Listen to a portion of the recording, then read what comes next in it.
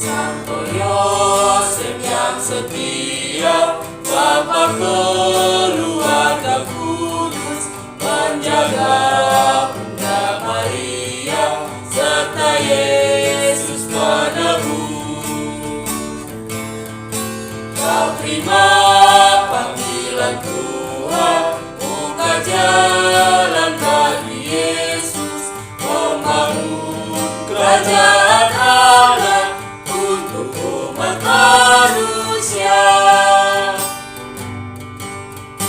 Perolehkanlah kepadaku rahmat keberanianmu, ikuti jalan Tuhan walau berat ku emban. Terima kasih. Kebenaran Tuhan, pokok keselamatan kita. Seluruh umat menyembah Tuhan dalam roh dan kekudusan. Marilah satukan hatimu dalam pengabdianmu. Rasakanlah cinta kasihnya dalam karya dan bangsa. Dalam nama Bapa dan Putra dan Roh Kudus. Amin. Rahmat Tuhan kita Yesus Kristus, cinta kasih Allah, dan persekutuan Roh Kudus besertamu. Shalom. Para guru dan siswa-siswi yang terkasih dalam Tuhan, mengakhiri tahun pelajaran kita yang akan berakhir besok, maka kita perlu melihat kembali perjalanan hidup kita. Tentu banyak hal yang membahagiakan, tapi juga mungkin ada yang membuat kita menjadi kecewa, menjadi patah arang atau patah semangat. Namun pada hari ini kita ingin mempersembahkan semua itu kepada Tuhan. Kita serahkan kepada Tuhan agar Tuhan tetap memberikan tangannya supaya kita bisa pegang, agar kita bisa dituntun. Waktu tak bisa diulang, waktu berjalan terus. Maka yang kita butuhkan ialah semangat, roh dari Tuhan, agar apapun yang kita alami dapat kita lewati dengan baik dan berguna bagi hidup kita. Maka mari kita mengakui segala. Karena banyak orang bermegah-megah secara duniawi, aku pun mau bermegah-megah.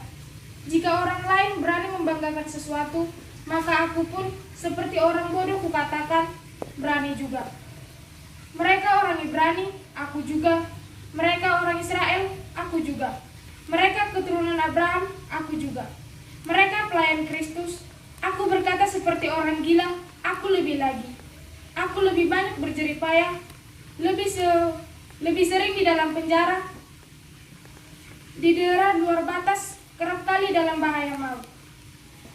5 kali aku disisa orang Yahudi, setiap kali 40 kurang 1 pukulan. 3 kali aku didera, 1 kali aku dilempari dengan batu. 3 kali menghalangi karat kapal, sehari semalam aku terkantung-kantung di tengah laut. Dalam perjalananku, aku sering diancam bahaya banjir dan bahaya penyamun. Bahaya dari pihak orang-orang Yahudi dan dari pihak orang-orang yang bukan Yahudi. Bahaya di kota, bahaya di padang gurun, dan bahaya di tengah laut, dan bahaya dari pihak saudara-saudara palsu. Aku banyak berjerih payah dan bekerja berat, kerap kali aku tidak tidur, aku lapar dan haus, kerap kali aku berpuasa, kedinginan dan tanpa pakaian. Di samping banyak hal ini, aku tidak disebutkan, masih ada urusanku sehari-hari, yaitu aku memelihara semua jemaat. Jika ada orang yang merasa lemah, tidakkah aku turut merasa lemah?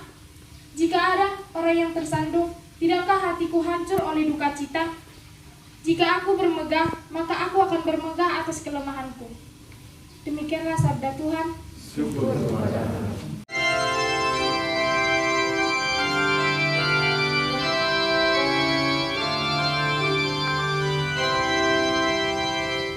Sungguh baik menyanyikan syukur kepadamu,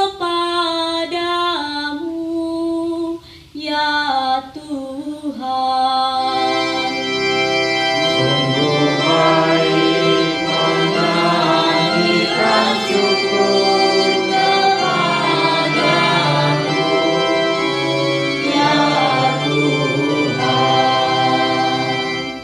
Sungguh baik menyanyikan syukur kepada Tuhan dan menyanyikan mazmur bagi nama-Mu, ya yang maha tinggi,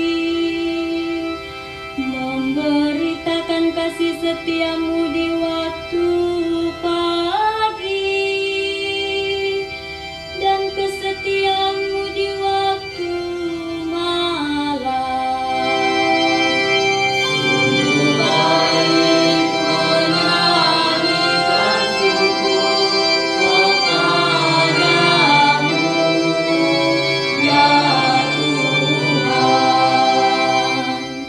Orang benar akan bertunas seperti pohon kurma, akan tumbuh subur seperti pohon naras di Libanon. Mereka yang ditanam di bait Tuhan akan bertunas di pelantaran Allah kita. Sungguh baik menyanyikan syukur kepadamu, ya Tuhan. Pada masa tua pun mereka masih berbuah, menjadi gemuk dan segar, untuk memberitakan bahwa Tuhan itu benar, bahwa Ia gunung batuku dan tidak ada kecurangan padanya. Sungguh baik menyanyikan syukur kepadamu, ya Tuhan. Kita berdiri.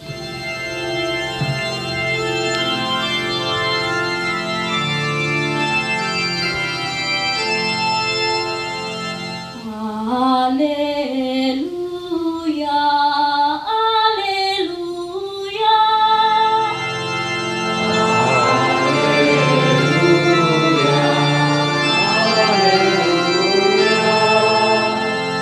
Benih itu adalah sabda Allah, penaburnya adalah Kristus.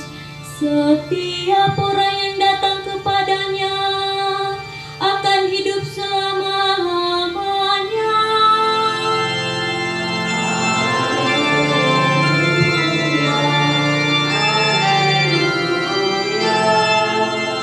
Dan pencuri tidak membongkar serta mencurinya. Karena di mana hartamu berada, disitulah pula hatimu berada. Mata adalah pelita tubuh.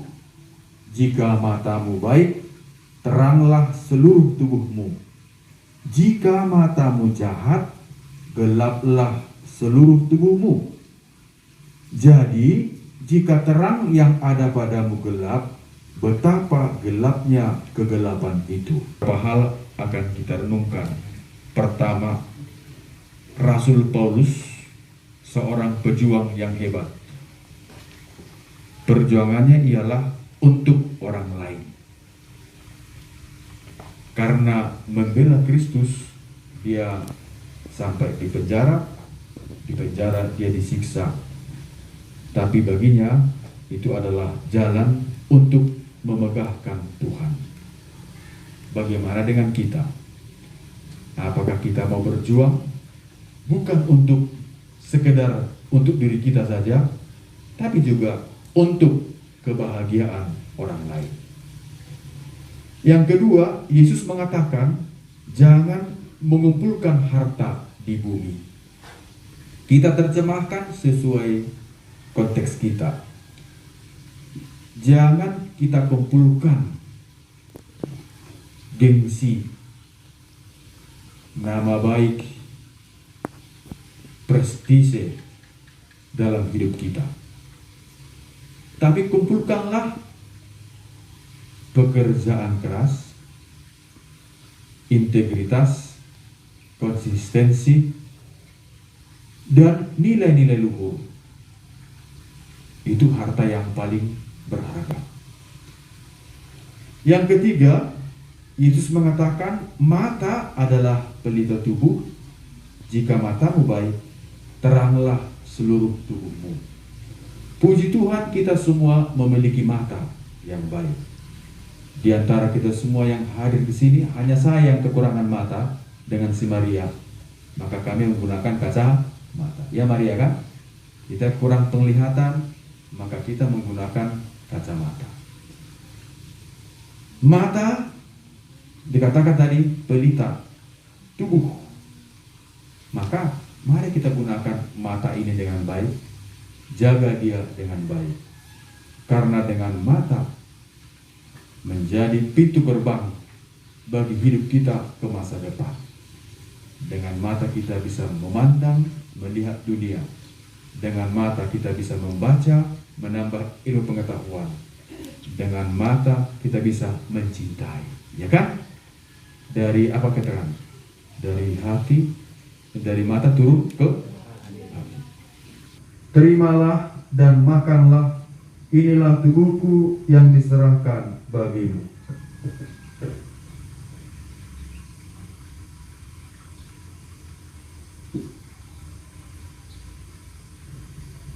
Demikian pula sesudah perjamuan, Yesus mengambil piala, sekali lagi mengucap syukur kepadamu, lalu memberikan piala itu kepada para muridnya seraya berkata, terimalah dan minumlah, inilah piala darahku, darah perjanjian baru dan kekal, yang ditumpahkan bagimu dan bagi semua orang demi pengampunan dosa. Lakukanlah ini untuk mengenangkan daku.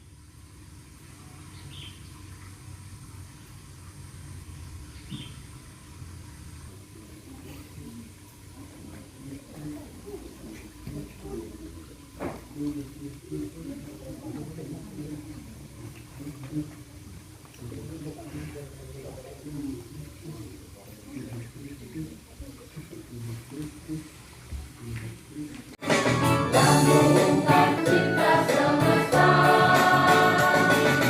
sungguh berlimpah diberikannya rahmatnya kepada kita. Syukur bagi Yosef yang setia, Bapa keluarga kudus, menjaga Bunda Maria serta Yesus menebus. Kau terima panggilan Tuhan, buka jalan